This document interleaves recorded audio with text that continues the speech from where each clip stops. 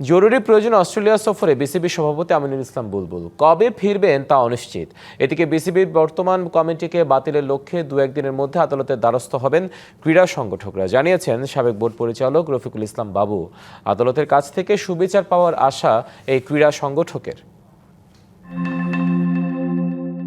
আমিনুল ইসলাম বুলবুল Australia চলে গেছেন আর ফিরবেন না, এমন গুঞ্জন চাওয়ার হয়েছিল কিছুদিন আগেই। যদিও প্রকাশ্যে এসে সেটা মিথ্যা প্রমাণ করেন বিসিবি সভাপতি। তবে এবার সত্যি সত্যি দেশ ছেড়েছেন বুলবুল। কবে ফিরবেন তা নিয়ে রেখেছেন ধোঁয়াশা।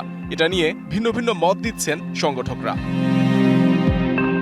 এরই মাঝে নতুন জটিলতা, বিসিবি কমিটিকে বাতিল করার লক্ষ্যে আবারও আদালতের দ্বারস্থ হবেন ক্রীড়া সংগঠকরা।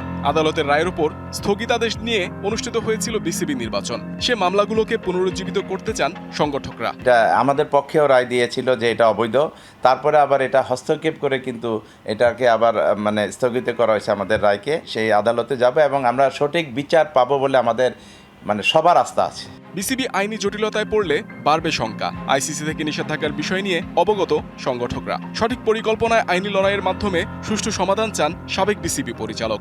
আদালত থেকে তো সুবিচার আশা করছি এবং সুবিচার পেলে আমরা এটা আইসিসিও জানে যে এটা এই বোর্ড টিকবে না, সবাই জানে এটা।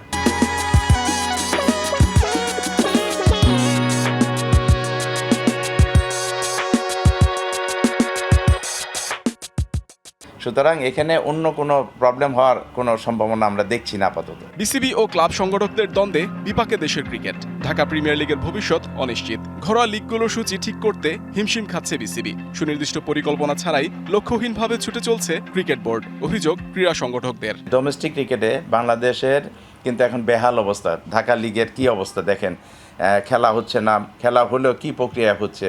ইন্টারন্যাশনাল ক্রিকেটে আমাদের অবস্থান দেখেন একেবারে তলানিতে।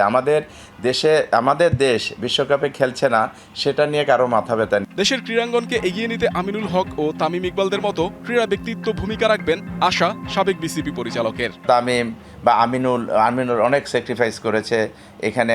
অবশ্যই তাদের ইনভলভমেন্টটা দেশের ক্রীড়াঙ্গনকে আরও এগিয়ে নিয়ে যাবে। Mohammad Nazim, DBC news, Dhaka.